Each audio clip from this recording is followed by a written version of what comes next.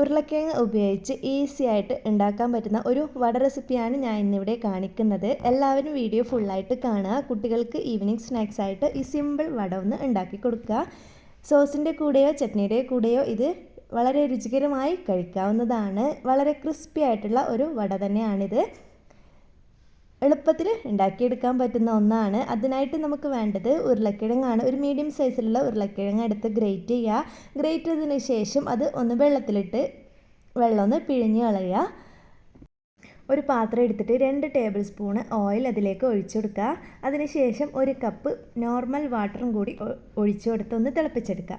ആവശ്യത്തിന് ഉപ്പും കൂടി ഇട്ട് കൊടുക്കാൻ നോക്കുക. ഇപ്പം തന്നെ ഉപ്പ് കറക്റ്റ് ചെയ്ത് കൊടുക്കേണ്ടതാണ്. പിന്നെ നമുക്ക് ബാക്കിയുള്ള ഇൻഗ്രീഡിയൻസൊക്കെ ഇട്ട് കൊടുത്ത് വെള്ളമൊക്കെ ഒന്ന് ഡ്രൈ ആയി കഴിഞ്ഞാൽ നമുക്ക് ഉപ്പ് ചേർക്കാൻ പറ്റില്ല. അതുകൊണ്ട് തന്നെ കറക്റ്റ് ഉപ്പ് ഇപ്പോൾ ചേർത്ത് കൊടുക്കുക. ഇനി ഇത് ഗ്രേറ്റ് ചെയ്ത് വെച്ച വെള്ളം തിളച്ച് കഴിഞ്ഞ് ഉപ്പും കൂടി ഇട്ട് കൊടുത്താൽ നമ്മളെ ഗ്രേറ്റ് ചെയ്ത് വെച്ച പൊട്ടറ്റോ ഇതിലേക്ക് ഇട്ട് കൊടുക്കുക. പൊട്ടറ്റോ ഒന്ന് സോഫ്റ്റ് ആയി കഴിഞ്ഞാൽ 3 ടേബിൾ സ്പൂണ് പുളിയില്ലാത്ത തൈര് ഇട്ട് കൊടുക്കുക. അതും കൂടി ചേർത്ത് നല്ല പോലെ തന്നെ മിക്സ് ചെയ്ത് കൊടുത്തതിന് ശേഷം നമുക്ക് 1 കപ്പ് റവ ഇതിലേക്ക് ഇട്ട് കൊടുക്കാം. വറുത്തതോ വറുക്കാത്തതോ നിങ്ങളുടെ ഇഷ്ടത്തിനനുസരിച്ചുള്ള റവ ഇതിലേക്ക് ഇട്ട് കൊടുക്കുക. റവ നല്ല പോലെ തന്നെ ഒന്ന് മിക്സാക്കി എടുക്കുക.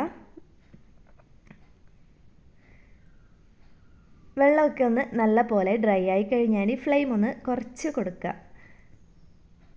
പിന്നെ ഇതാ നമുക്ക് ചേർക്കാനുള്ളത് കറിവേപ്പില ചെറുതായിട്ട് അരിഞ്ഞതിട്ട് കൊടുക്കുക. പച്ചമുളകും അതുപോലെ തന്നെ 1/2 ടീസ്പൂണ് കുരുമുളക് പൊടി, 1 ടീസ്പൂണ് ചെറിയ ജീരകം എന്നിവ ഇട്ട് കൊടുത്ത് അതും കൂടി ഇതിലേക്ക് മിക്സ് ആകുന്ന വിധത്തിൽ ഒന്ന് ഇളക്കി കൊടുക്കുക. അതിനുശേഷം ഫ്ലെയിം ഓഫാക്കുക.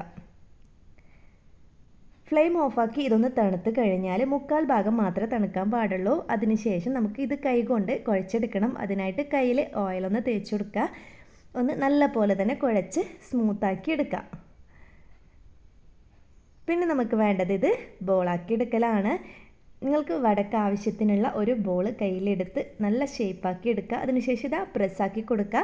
സെൻട്രലായിട്ട് ഒരു ഹോളും കൂടി ഇട്ട് കൊടുക്കുക. ഞാൻ ഇതാ എല്ലാം കൂടി അങ്ങനെ ചെയ്തെടുത്തിട്ടുണ്ട്. ഇനി ഒരു ചീനച്ചട്ടി അടുപ്പത്ത് വെക്കുക.